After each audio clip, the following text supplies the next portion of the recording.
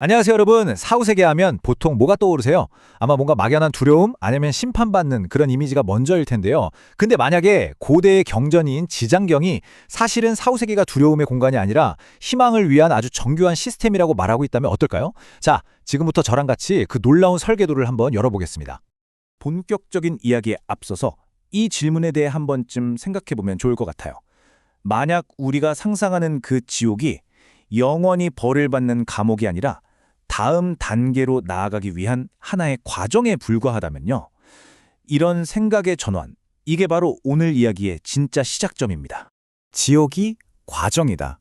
그렇다면 그 과정은 대체 어떻게 이루어질까요? 놀랍게도 지장경 6품, 7품, 8품을 보면요. 이게 그냥 혼본이 아니라 아주 체계적인 구원의 시스템을 묘사하고 있어요. 마치 정말 잘 설계된 어떤 조직처럼 말이죠. 지금부터 그 구조를 하나씩 뜯어보겠습니다. 이 구원 시스템은요, 정말 놀랍도록 논리적인 3단계로 이루어져 있습니다. 자, 첫 번째 단계가 뭐냐면 바로 공인이에요. 육품에서 부처님이 지장보살에게 네가 중생구원을 맡아라 하고 공식적으로 권한을 부여하는 거죠. 다음은 방법론입니다. 칠품을 보면 49제처럼 구체적으로 어떻게 해야 하는지 그 실천 방법까지 딱 제시를 해줘요. 그리고 마지막 단계는 집행인데요. 팔품을 보면 우리가 그토록 무서워하던 염라대왕조차 사실은 이 시스템 안에서 지장보살의 뜻을 따르는 현장 관리자였던 겁니다. 심판관이 아니라 집행자라니. 관점이 완전히 뒤바뀌는 지점이죠. 그러니까 공인, 방법, 집행으로 이어지는 이 흐름이 정말 중요한데요.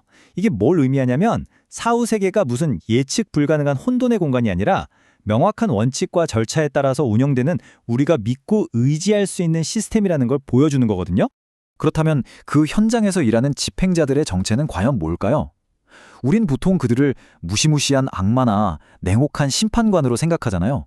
그런데 지장경은 완전히 다른 그림을 보여줍니다. 그들은 무서운 존재가 아니라 자비로운 목적을 가진 천상의 관리자들이었던 거예요. 저는 이 시스템의 핵심 운영 원칙을 이렇게 한번 불러보고 싶어요. 바로 행정적 자비라고요.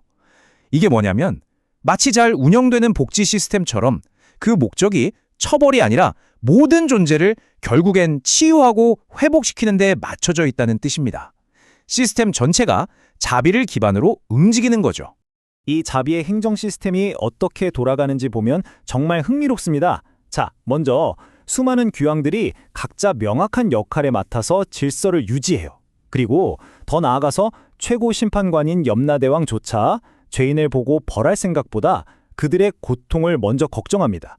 이걸 보면 시스템의 근본적인 목표가 처벌이 아니라 치유에 있다는 걸 알 수 있죠.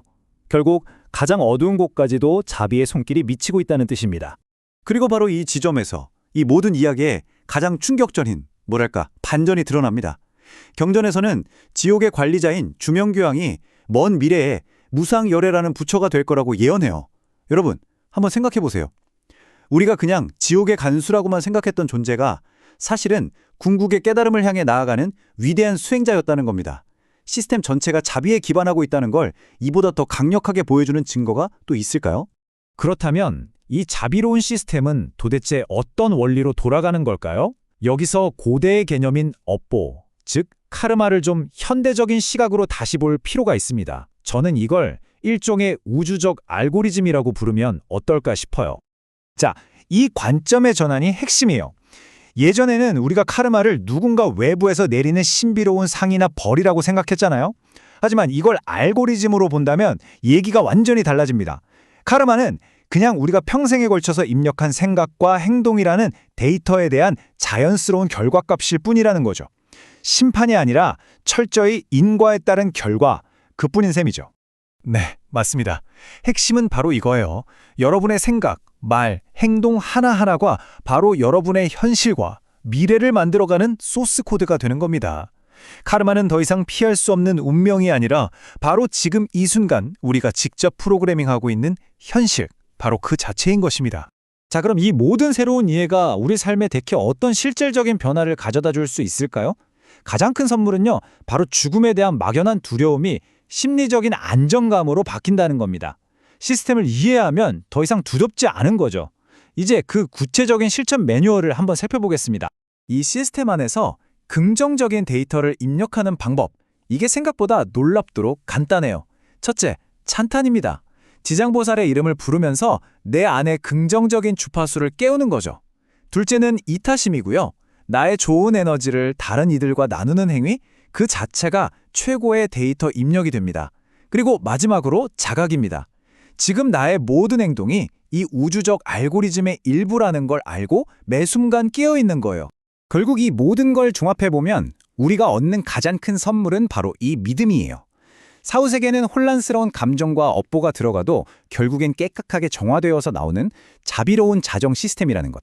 이 사실을 아는 것만으로도 우리는 죽음 앞에서 흔들리지 않는 깊은 안정감을 얻게 되는 거죠. 자, 결론입니다. 지장경이 수천 년을 건너 우리에게 정말로 전하고 싶었던 궁극적인 메시지는 아마 이게 아닐까요? 당신은 결코 혼자가 아니라는 것. 우리의 삶과 죽음, 그 모든 여정은 이 거대한 자비의 네트워크 안에서 서로 연결되고 또 보호받고 있다는 겁니다. 그러니 두려워할 필요가 전혀 없는 거죠. 이 시스템을 신뢰하고 지금 이 순간 최고의 데이터를 입력하면서 살아가면 되는 겁니다.